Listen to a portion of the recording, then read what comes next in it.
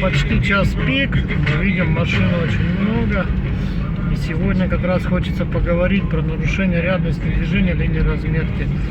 Впереди мы видим знак, распределяющий движение по полосам, знак 5.15.1, который разрешает двигаться на строго с левой полосы налево, со средней только прямо и с крайней правой направо. Причем здесь мы видим две полосы. Значит, крайняя правая, третья полоса у нас добавляется на непосредственно перед перекрестком.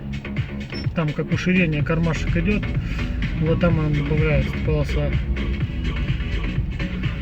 Почему мне здесь очень интересно? Потому что мы видим, ну то есть по идее должно быть три полосы, но сейчас мы все увидим своими глазами. Вот он знак 5.15.1, распределяющий движение по полосам.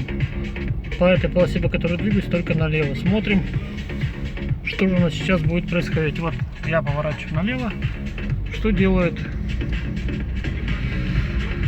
Ну, вся грядка, машин 6, наверное, которые стояли, они все поехали прямо. Причем, я не знаю, ну, самое распространенное нарушение в городе Якутске. Рядность движения и линия разметки. Вот такие дела. Так делать, господа, нельзя. Это одно из серьезных нарушений. Ну вот и вот же нарушает у нас при проезде кругового, съезжая тоже с кольца не в крайне правую, не в крайнюю правую полосу. Всем бобра.